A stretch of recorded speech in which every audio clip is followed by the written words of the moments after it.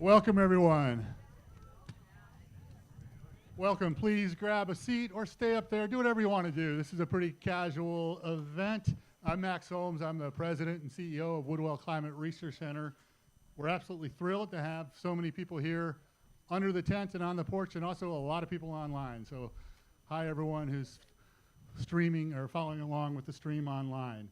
We're going to get to the main event in a minute, which is talking to Conrad, but I have the microphone for a minute. So who's never been to Woodwell Climate Research Center before?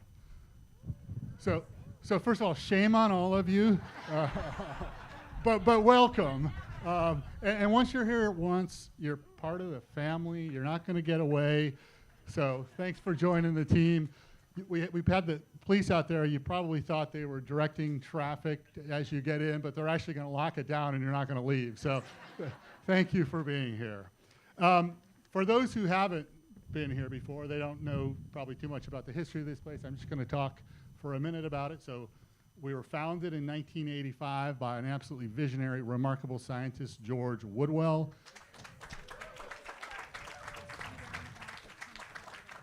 And he was a humble person. He didn't name this after himself. It was founded as the Woods Hole Research Center, and then 6 or 7 years ago, we changed the name to the Woodwell Climate Research Center, both to honor George and his legacy and also to get climate in our name, because that's really what we're all about. And the vision George had on day one is the vision that we have today, which is to have absolutely world-class scientists doing world-class science, and then to work super hard to connect that science to impact, to make a difference to policy, to change the direction that we're headed. So it's never been enough just to do great science that publish really high-impact scientific papers that other scientists read, but it's always been about shortening the gap between the science to impact. Just a few numbers to share with you. We're about 150 people now. We've grown a lot over recent years. 90-some scientists, 50 PhDs, something like a $36 million annual budget. It used to be that most of that came from the federal government. National Science Foundation, yeah, a lot of chuckles, right? National Science Foundation, NASA, and one of the smartest things we did, which was 10 years ago or something, we recognized the vulnerability of that model of funding and put the effort into trying to diversify our funding. And thank God we did, because you may have heard there's some challenges with science funding in the federal government right now, and we're experiencing some of those, but it's not existential at this point. And in fact, we're weathering this storm and continuing to go strong and advance our mission in every possible way we can. And hence the police, who aren't going to let any of you leave at the end of this thing. I've been the president for 5 years. I've been here at Woodwell Climate Research Center for 21 years now as a scientist and then the deputy director. And I came to Woods Hole 10 years before that, and I went to the Ecosystem Center of the Marine Biological Laboratory, which George Woodwell was the founding director of the Ecosystem Center. So that was a remarkable place. George was there for 10 years and then again left in '85 to found this place. I thought I'd be in Woods Hole for 2 years, Conrad, and came as a postdoc, and then I would head off to be a professor somewhere. And once you get here, you do anything you can to try to figure out how to stay, and somehow the claws are dug deep, and I'm still here, and it's definitely an honor to be here. All right, again, I'll just say, particularly to the people who've never been here before, thanks for being here. That's one of our big goals of this series, is to get new people in the door. That's one of we have lots of reasons to get people there aren't people like Conrad. Lots of reasons to get Conrad here, but one of the things that excites me most is new people, young and old, who show up because of Conrad to hear his story. So, yeah, let's dive into the story. And many of you know, but not all of you know, that Conrad is an absolutely legendary mountaineer. And we'll hear some about, it's true. It is most definitely true. And we'll hear a bit about that today. But then again, you are at the Woodwell Climate Research Center, so we're going to talk about climate and Conrad's unique perspective on that story. But I kind of like to set these things up, and my job is the easy one. I lob out questions and Conrad says whatever he wants to say, but I sort of think about it as past, present, and future. And how'd you get to where you are? Conrad, tell us about your story, like going back a ways when before people around the world knew that name. Who were you as a kid? What did you do, et cetera? Yeah, and thank you, Max, for this, and thank you staff at Woodwell Climate Research for hosting this, and everyone in the World Wide Web. Welcome to this wonderful afternoon in Woods Hole, Massachusetts. Absolutely beautiful weather here. We're lucky we don't have the rain we had yesterday. But I'm from Central California. My father's side of the family is from Tuolumne County. My mother was from Germany. Both my parents have passed on. And as a kid, we would get in the high country, the Sierras, with mules and go camping and backpacking. And there was a moment at age 14 where I had an epiphany that I'm just going to climb whatever I want to do in life. My mother was like, good, as long as you have a job and come home and you don't harm people. And so that was the step in that direction. I didn't think I was going to make a living at it, but one thing led to another. But it was a close connection to being outdoors. And when I was young in the 70s, backpacking was quite popular. People did that. People would go out for 2 or 3 days. A lot of people now visit a national park. They'll visit the front country. They'll go in for a day and come back out, and then they'll call that good. But we do these extended backpacking trips, and it was always humbling because you'd see you're at the mercy of what the weather will throw at you, and you have to be prepared, and you have to have that those connections. And so my mom and dad and my 3 siblings, so all 6 of us would spend these summers outdoors underneath a tarp, cooking up trout in an iron skillet, cooking up a number 10 billy tin with a coat hanger on it. And those were my formative years, and really important to that. I attended school at the University of Utah in Salt Lake City and sort of kept climbing. One thing led to another, and being invited on trips to the Himalayas and places like that.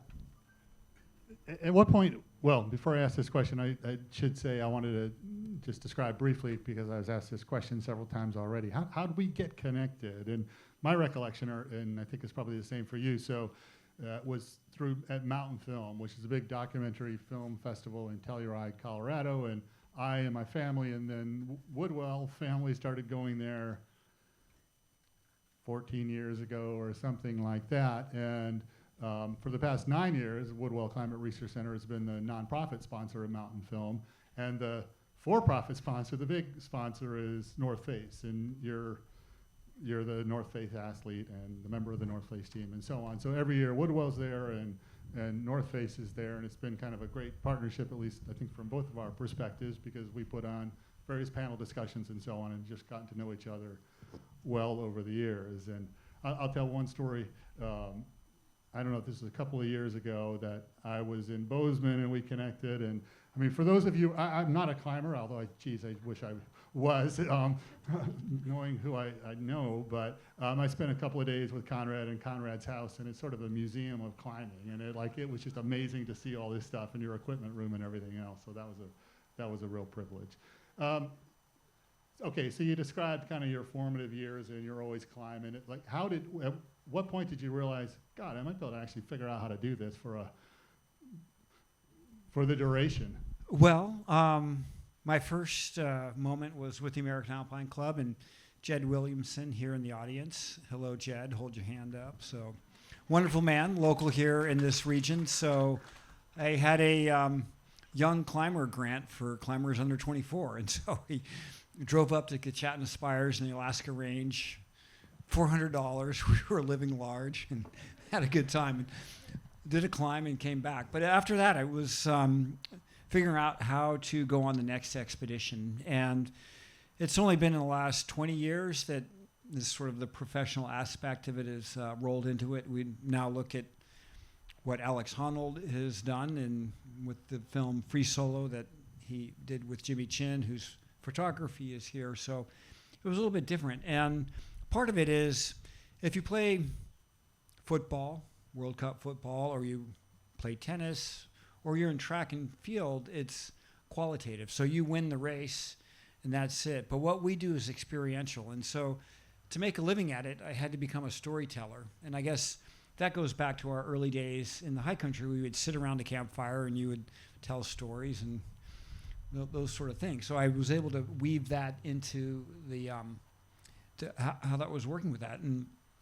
But part of what I saw was the changing environment that we're at. And so weather's one thing, but when you're climbing on the giant peaks of the Alaska Range in South America, in the Andes, and in the Himalayas, these are mountains that are held together by ice. And when we see the change in that, we're kind of seeing it firsthand. And to use an analogy, when you're here at home and you have a cold winter and the ice is frozen up on your driveway, and that ice is stuck to the driveway, and you have to chip away it so hard that you break the asphalt and the concrete that's on there. But then you get that warm day and there's a film of water underneath there, and you can bring your shovel underneath and the ice comes off quite quickly. And so a lot of these areas that Woodwell studies, permafrost, and then the same concept of mountains being held together by ice, we're seeing change firsthand.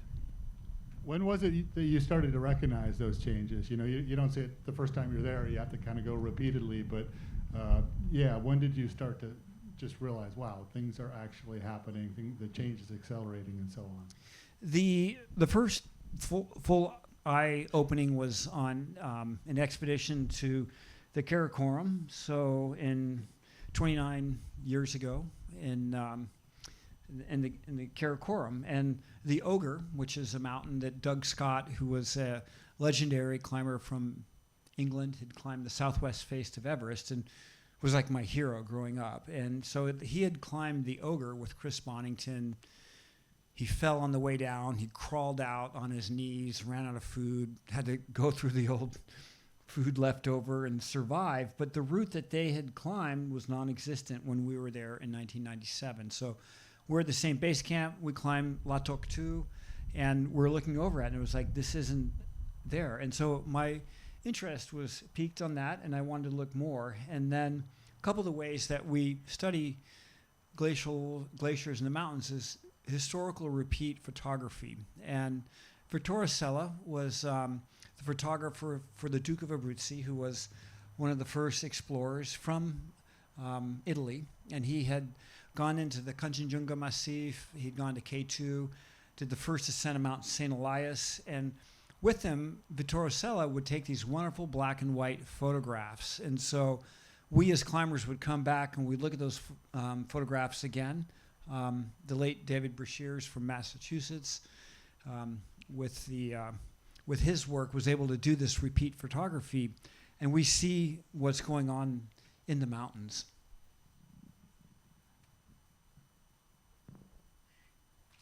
Let's see, where do I want to go? I've got several questions bouncing around.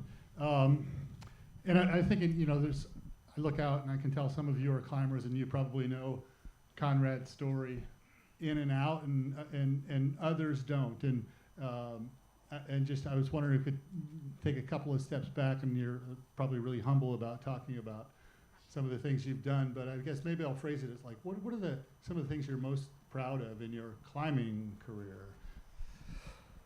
Well, number one, mentoring the next generation, because someone was able to show me the ropes and I was able to learn from them. And giving back to them is, we give back by paying it forward. So that's a really important part of it. But in 1999, I was part of the Mallory and Irvine research expedition, and I discovered the well-preserved body of George Mallory 75 years after they lost their lives in 1924, looking to make the first ascent of Mount Everest. And so came back to Everest in over a period of for 3 more expeditions with that. And then Meru, which is photography here from Jimmy Chin, was a climb in the Gangotri region of the Indian Himalayas, and climbed that, and that was made into the film Meru, which was deep gratitude to Renan and Jimmy for making that film. Otherwise, it would have been a 4-page article in the American Alpine Journal that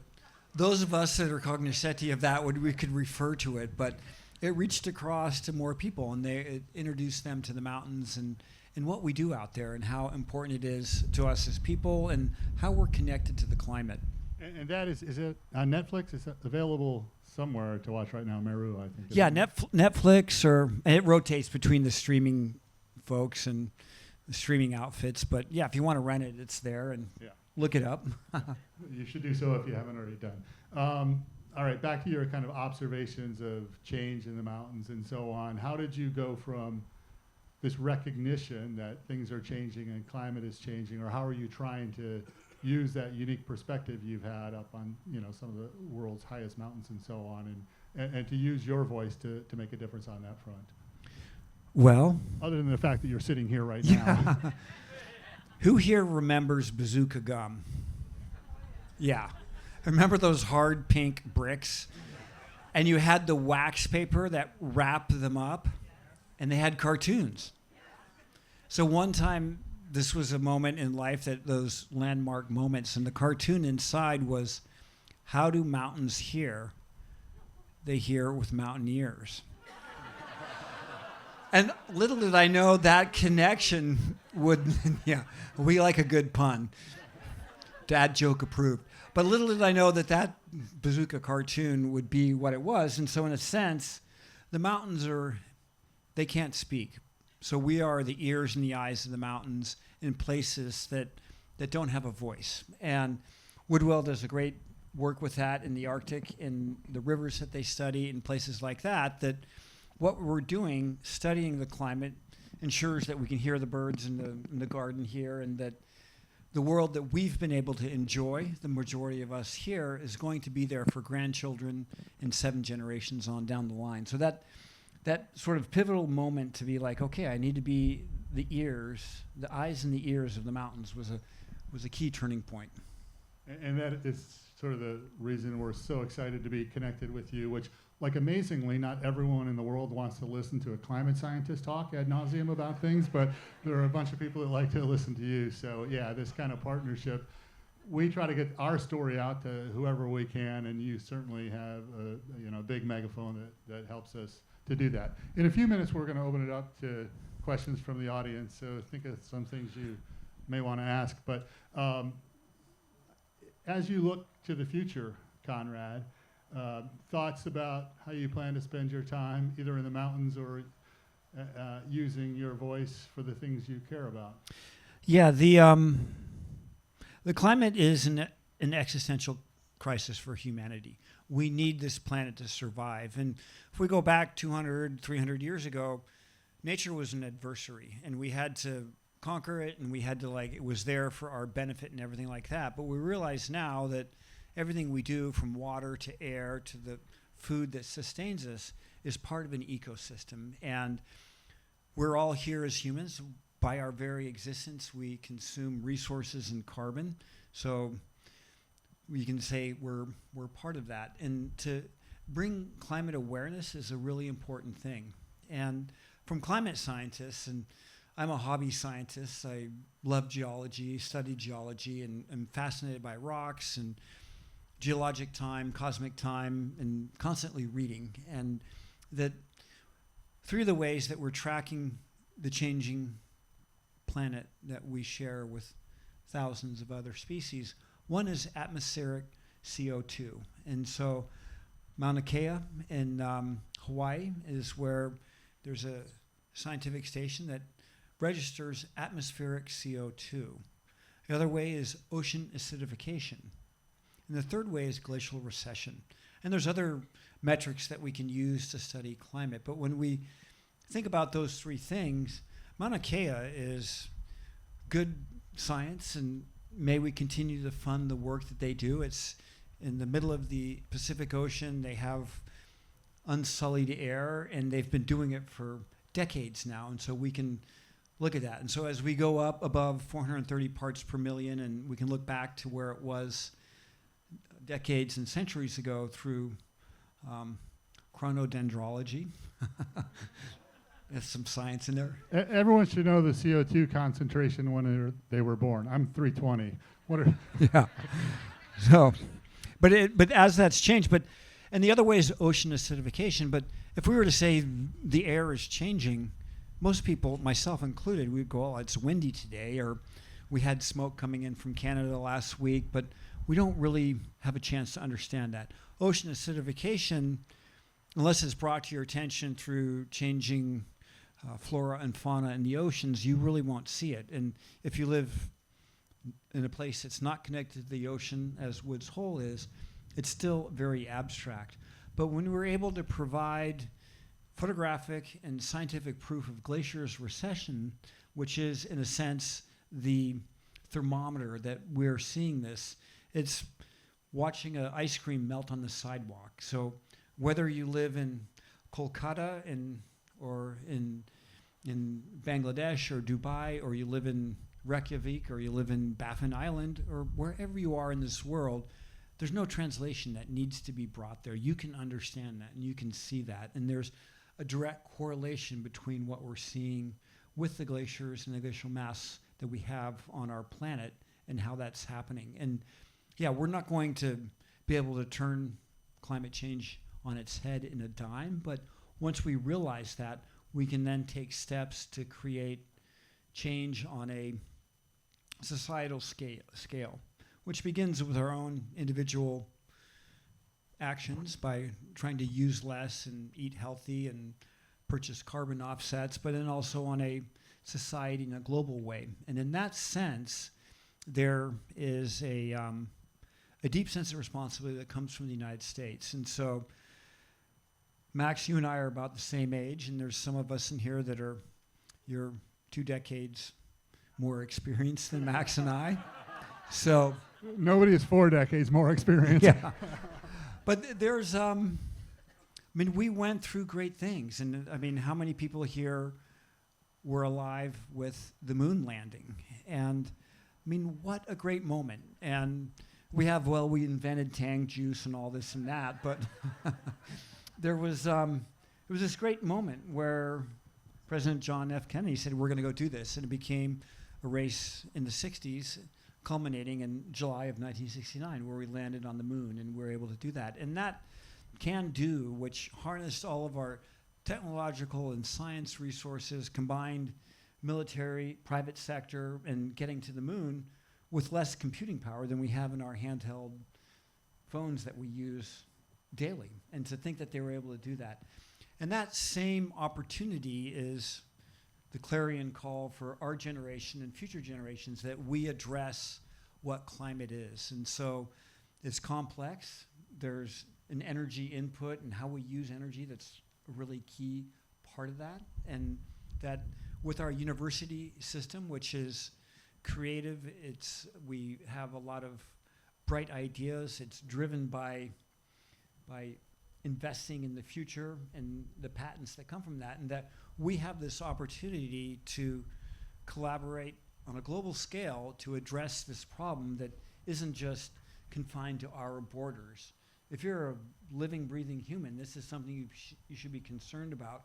And if you have care for future generations, that we think, what's it going to be like in 7 generations, approximately 200 years, that we look at the climate models and everything in there, and to say, well, it doesn't matter to us, we're going to be fine, and we'll put our heads in the sand, or even worse, we're going to kind of make it more difficult, then there's a culpability that is responsible with that. So I'm doing my bit by using my voice to get people to think about it and to do good things. And in that sense, Woodwell Climate does a great job, which provides science about our changing planet to the people that can make decisions.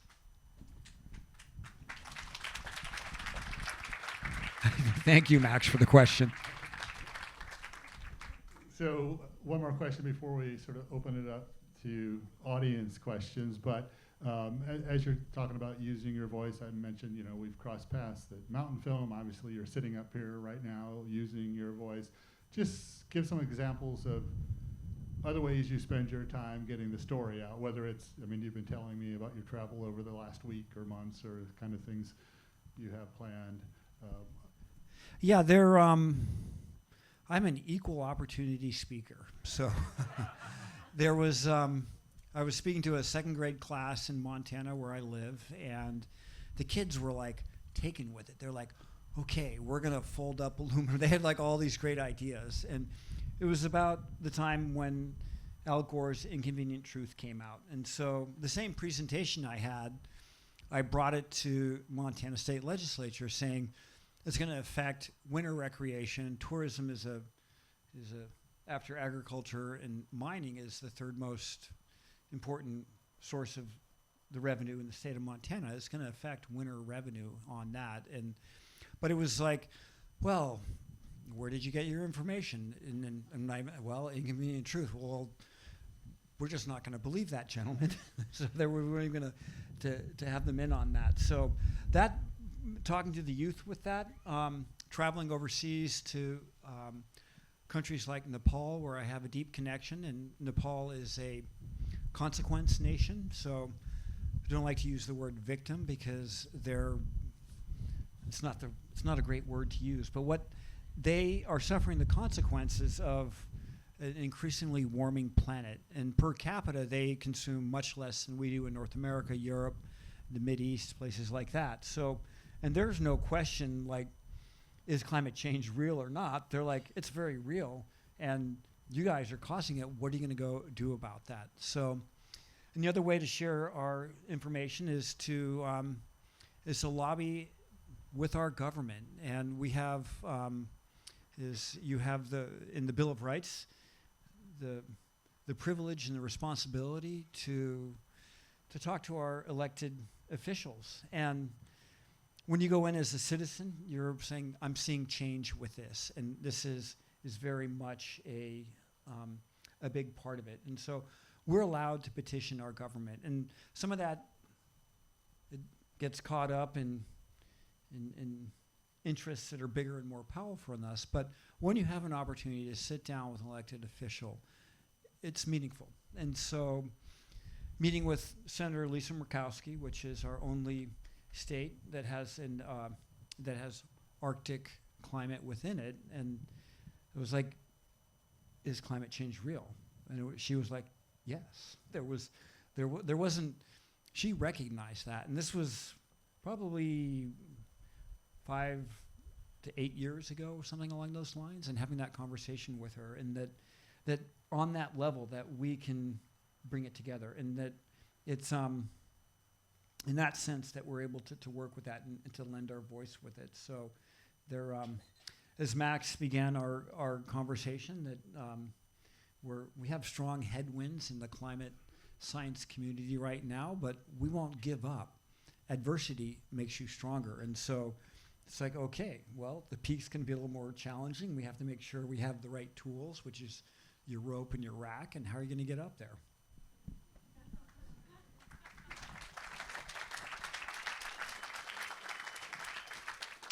I love that you referenced Lisa Murkowski. We have strong connections with her, and one great thing about her, she loves maps. And I'm looking at Greg Fisk, who is one of the masters at making the maps and has worked closely with Senator Murkowski in getting her the information she wants.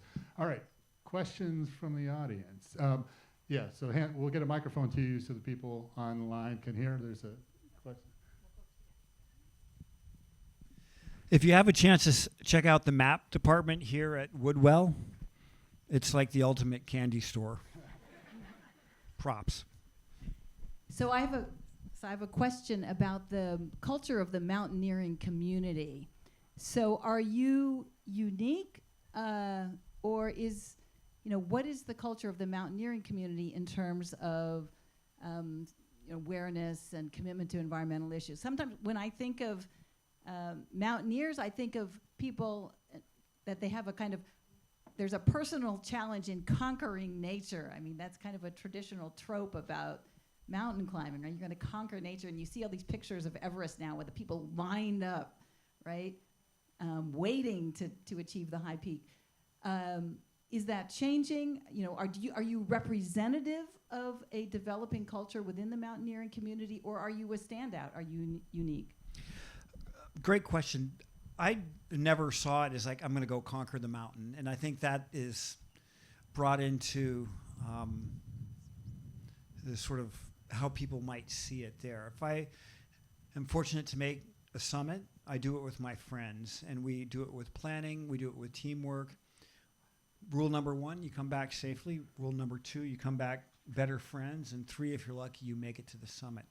But most of the climbers that I know, and by and large the climbing community, and settle over the youth climbers that are here in the audience, they're totally psyched. But they realize that the adversary is not another group of humans with a set of rules and a ball and a clock and with someone that wins and someone that loses. Rather, we're working with nature, and if we have good luck, we have an opportunity to do that. So if you go out in nature, whether it's you're out here in the bay on a boat or you're climbing Mount Washington, you are connected to nature, and you're doing it under the auspices of gravity and the weather, and that if you make it up, you have a good chance to do that. And when that essence of what climbing is, that you work and you collaborate together, it's humbling. And when you have a humble outlook to the world, you have a different view on that. And I would say, by and large, there's people in the climbing and the outdoor community are certainly aware of it, and they're part of that. Yeah, and I would just add to that it's that community that started an organization that Conrad's very much involved in, Protect Our Winters, POW, which is the mountaineering, the snowboarding, the skiing, the extreme sport community that is very much focused on climate change and doing something about it. And the trivia for the day, the founder of that, a big mountain snowboarder, Jeremy Jones, is from Cape Cod, remarkably. Yeah, great man. And Protect Our Winters, the mission there is to empower the youth to talk about climate, to tell them that, hey, it's okay to talk about it.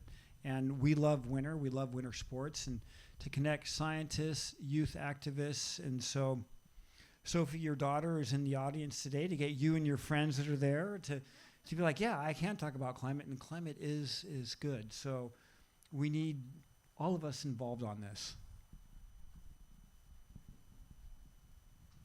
Further question? Yeah.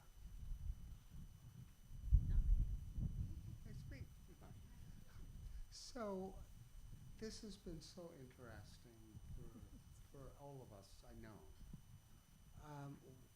As a kid growing up here, my grandfather, when the southwest wind was not yet in, he'd load us up onto his boat and we'd go collect lobster pots and bring them back home and put the lobsters where they need to be, and then, work on got to fix the traps and stuff like that. And then I went away, I climbed mountains, I went to the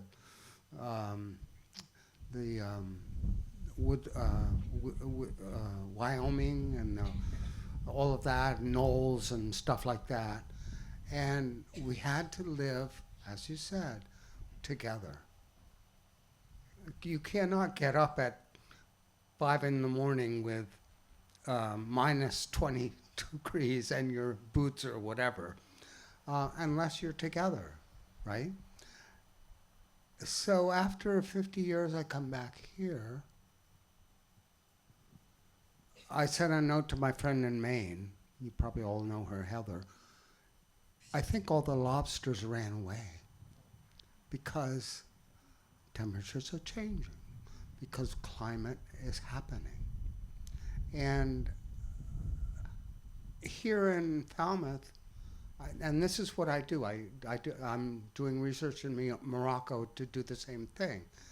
The climate is changing, but the community, are we prepared to respond?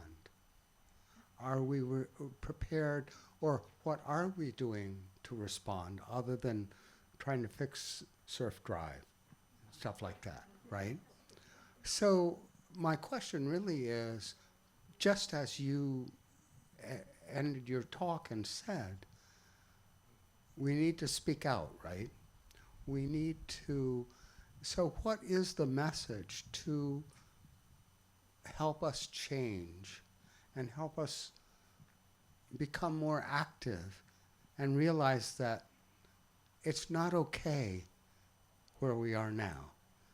We do have to change. We do have to make a voice. Great question. And yeah, wonderful that you were with the National Outdoor Leadership School, which is NOLS, and that teaches teamwork, and that's that experience lives with you. and making good decisions is based on data and science. And so the more that we understand about the climate and where we live here, the more of a connection we have to the place that we live, and the better we can make decisions. And we're going to see what we can grow in the breadbasket of North America move according to temperature. The fisheries are changing, but yet we still need food and we still need marine life to live on, and those are on that. And so the raising the awareness is probably the first step that we can do. And that there's, I'm not going to be able to throw a switch and bring the lobsters back here.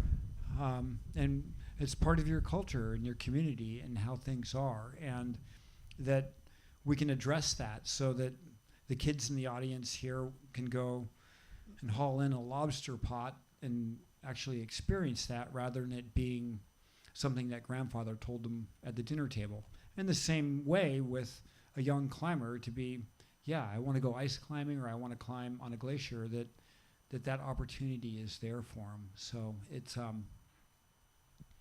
we can't see into the future, but we can prepare for it. And that's, the better prepared you are for something, the safer and more fun you'll have doing it.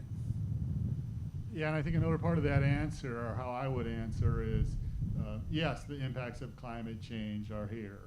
They are here today, and they're likely to get worse in the coming years. But if you're just kind of reading the headlines, you're mainly seeing the doom and gloom. And one of the common questions I get is, is it too late, kind of a thing. And the emphatic answer there is no. Yes, it's real, the impacts are here, but it is by no means game over. We can end up in a good place. It's not assured that we're going to. It's not going to be easy to get to that place, but that's what certainly motivates me. That's what motivates us here at Woodwell. Not to study the problem. Yeah, we study the problem to figure out the solutions and to get to that good place. But we will end up in a different. Yes, we will end up in a different place. That's okay.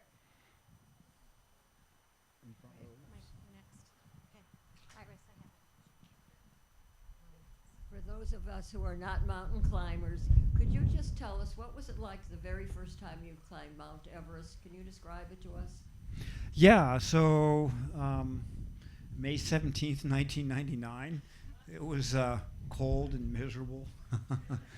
There wasn't anyone up there. It was my friend and I, and we were climbing from the north side.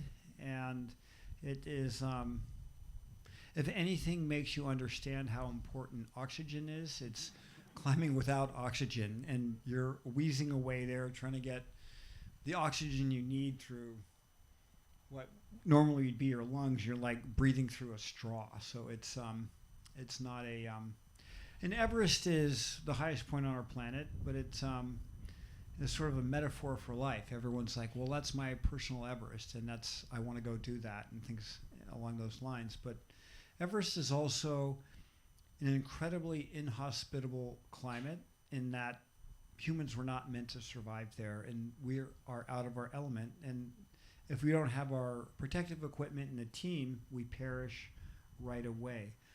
But that environment, as strong as it is also very delicate. And we see that now in a warming planet, where the Fern line in the Himalayas, so during the monsoon, when the majority of the snow accumulates in the Himalayas, and winter is cold and windy, it moves the snow off, but above a certain elevation, that snow accumulates. And so what used to be at 5,200 meters is now at 6,200 meters, so from 17 to 20,000 feet.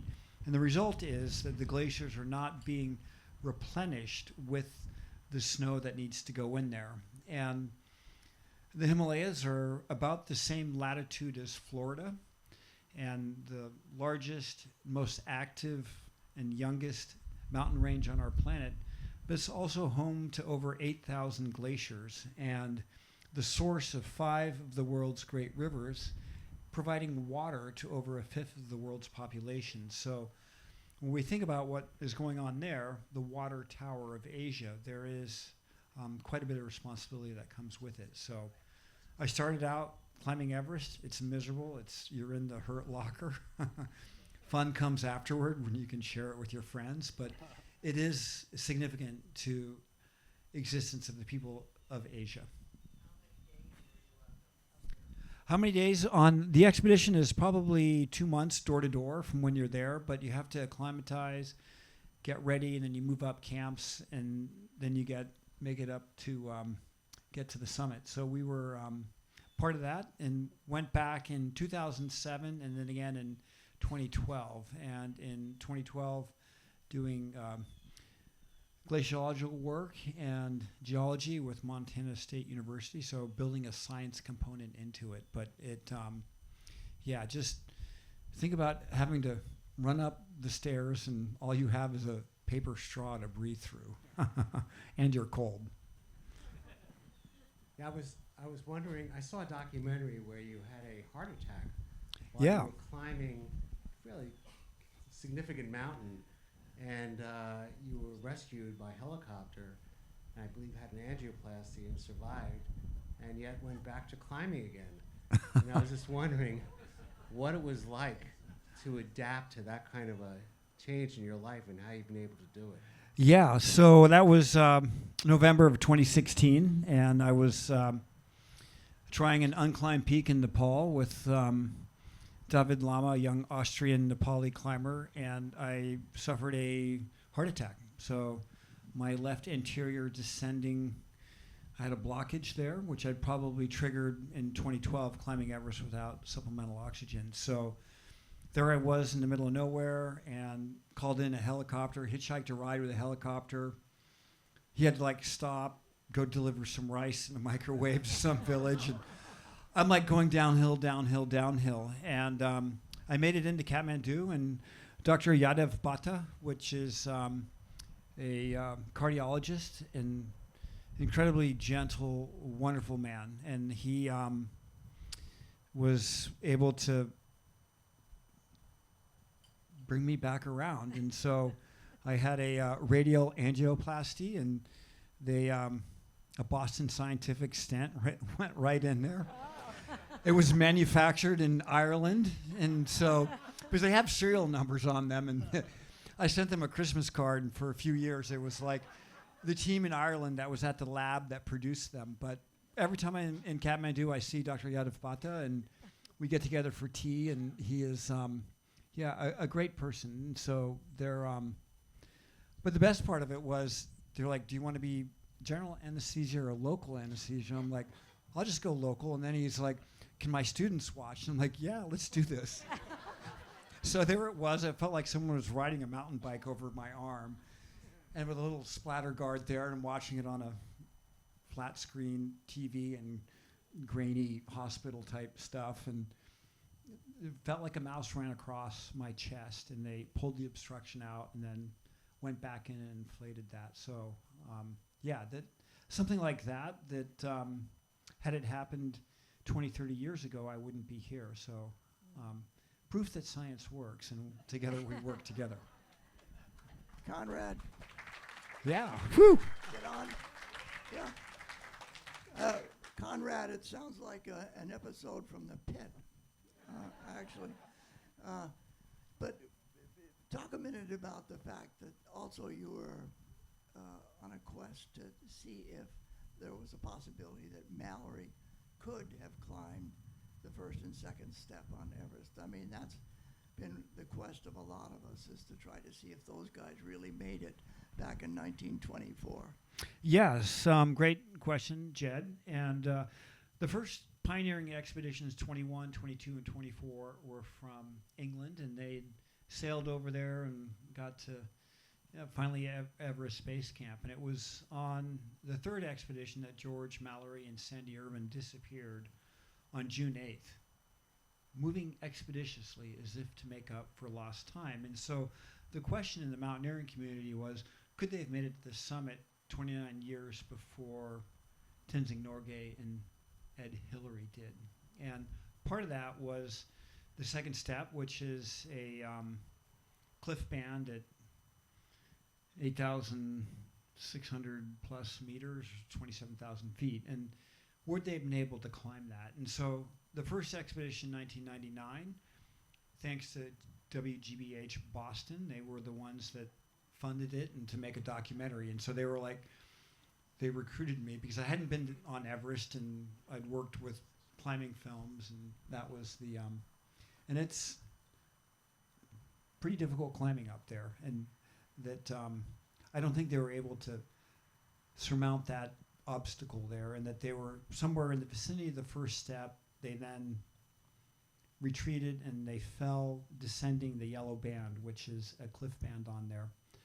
And then 25 years later, in 24, the North Side Ski Expedition with Jimmy Chin and his team, they came across the remains of Sandy Irvin some 16 kilometers down the glacier, about 10 miles down the glacier from when they had slipped off. And that sort of, they had both lost their lives on the mountains and their goal with it. But one of my favorite quotes from Mallory, obviously, "Why do you climb? Because it's there." That was a quote that was given to a New York Times reporter in 1923. And whether it was a quip to answer a reporter that was hounding him, or it was something deep and philosophical, I tend to see it as the latter. But my favorite quote from him is, "Have we vanquished an enemy? None but ourselves."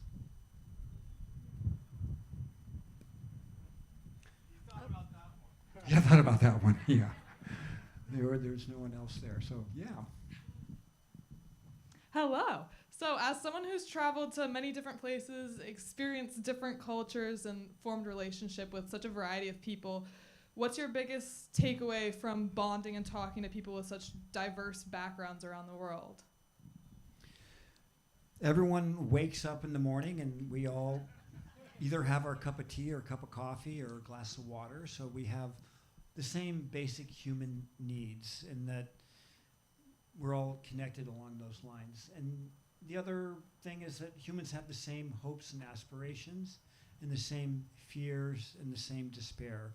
We want something good for our children and our community, and we want something good for humanity. And that while we might see the world from a different perspective and a different vantage point, we all are still humans, and we still need to do that. And the sooner we can collectively work as humans together towards a common goal, the better off we are. And that is something that, on a big picture, that we have a supportive, community-based understanding of other humans, rather than being, there's so much conflict. War is ongoing. It's never been not a part of human history. But how can we make that paradigm shift to where we support and help other people? And in that sense, being outdoors, climbing, participatory outdoor sports and experiences, you are a team and you have to trust someone. And that shift is really important. And that, yes, we love competitive sports and we love all of that. It's fun to watch, but it's sort of like intellectual potato chips. You know you shouldn't go there, but you do. So we have to take the stronger thing and we gotta eat celery because it's healthy. A little bit of a tangent there. Another commonality is we're proud of our children, and that was my 17-year-old daughter who asked that really good question. Yeah, Sophie. Hi, my name is Luci. I'm a scientist here in this building behind us. And some of our species distribution models show that some plants and animals are kind of like climbing up. I was curious about, have you ever noticed like an animal or plant that shouldn't be that high, and then now you're encountering them there? Yeah, great question. As it moves up, and so mountains in a sense are a little bit of an escape hatch. I mean, they are limited. They don't keep going, but a southern exposure as a northern exposure in the northern hemisphere is going to be different. So plants can adapt to a different way and they'll move up with that. So, but we're seeing that in areas in the west, how aspens are responding. They need a cold climate to be in there, and as that moves up, aspens are being affected with that. The seeing lichen on peaks in the Himalayas, that they're in these taller climates, and that in places like Kansas, which is essential to the well-being of the United States and the world, the climate is pretty uniform. But if you go to Alaska, from the temperate rainforests of southeast Alaska up to the tundra in the northern part, it's quite a different ecosystem, and that how it adapts to it. And the best adapters to climate change are our avian friends. The birds, they can fly around, they go to a different place, and they are able to adapt. And we see that with every January, the ornithologists, a lot of them connected through the Cornell School of Ornithology, they have the annual bird count. And so they're seeing species of birds that are in a different place and at an earlier time. And again, another indication of what climate is. But we get a better chance of understanding it thanks to your science work.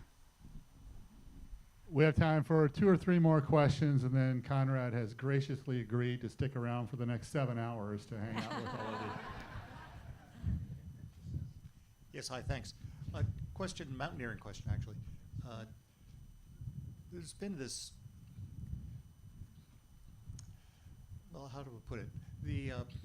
We're seeing more and more of this thing called speed climbing, including on Everest this year. And I'm wondering if, and people who are acclimating in pressure chambers before they hit the mountain, and they just go right up. I assume this is kind of like an offshoot of the mainstream level of climbing, but I wondered what your take and the take of people who are pushing new routes think about this kind of subset of mountaineering. Yeah, the speed climbing on Everest is on an established route, so they're not exploratory climbing. The type of climbing I like to do is an unclimbed face on a peak, preferably granite because it's more solid and everything like that. But yeah, the climbers that they're like, oh, we did Everest in 2 weeks with xenon gas, and I'm like, darn, this is your vacation? You want to go that quickly? You want to go home that bad? I mean, yeah, and the next generation, they want to leave their mark, and speed is definitely one of the ways that, I mean, whether you're running or doing anything like that, there is a, but the beauty of climbing is it's a very diverse sport, and as long as you don't harm other people, you're free to, in minimal harm to the environment, you're welcome to do what you want and to do it. But a lot of the speed runners in there, they've come to it from a different perspective. They didn't come to it from the brotherhood and the sisterhood of the rope, where you have to tie in and connect to someone, and it's built on trust. They've run races, and now that race is on a mountain. So but yeah, they're not my cup of tea, but hey, not everyone likes licorice, right?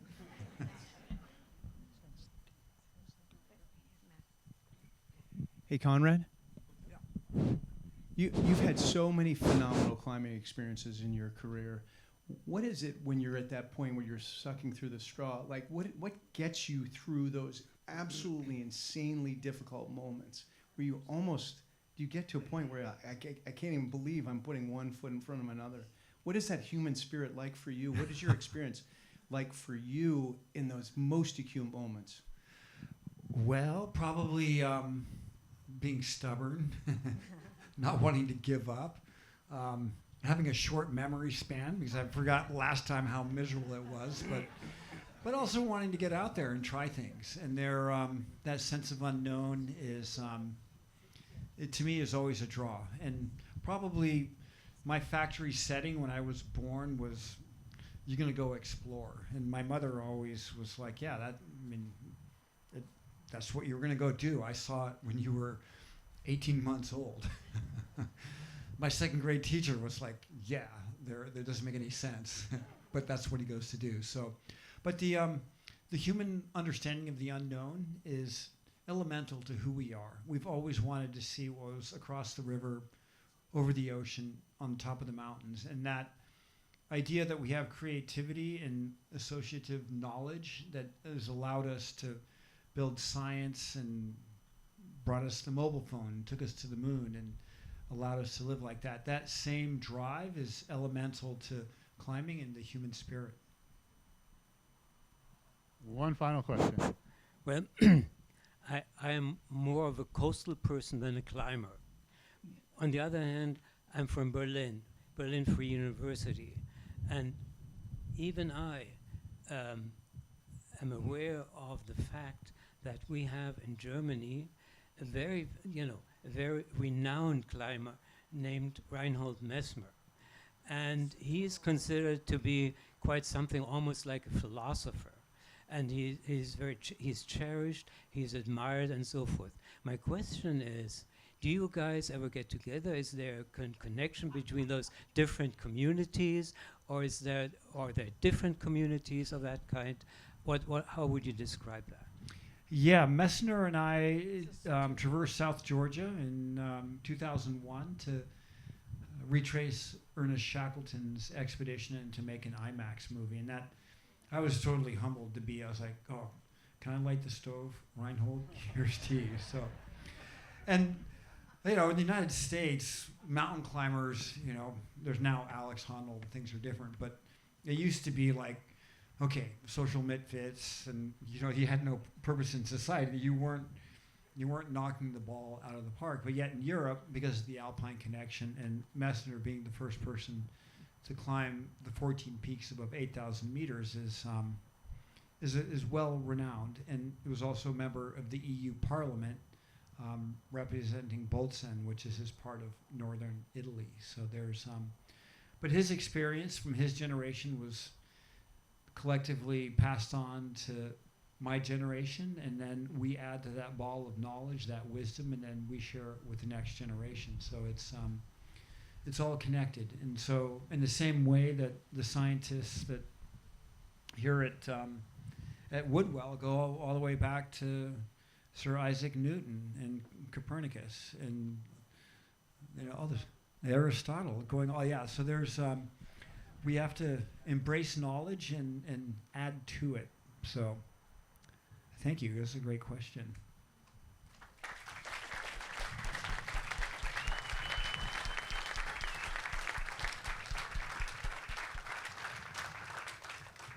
Thank you all for being here, particularly, again, the people who have just been here the first time. We hope to see you again. We love to talk about our work. We love to get other incredibly interesting people here to tell their stories. Conrad, thank you for spending this time with us. Thank you, people on the internet. Woo! Max, who's your next speaker, and what's the date for that? Wow. Well, you forgot to ask that and mention it. It's on my notes to say this, and I totally forgot it. August 11th, and I have the title, Joe Kennedy III. Again, under the tent, the title is Hope, Science, and Solutions, Charting the Future of U.S. Climate Policy. August 11th. Yes, stream in. Thank you, Max. Thank you very much for that. It's usually Nancy that's kicking me to say those things, but yeah, thank you, Conrad. Thank you all. Thank you. Woo.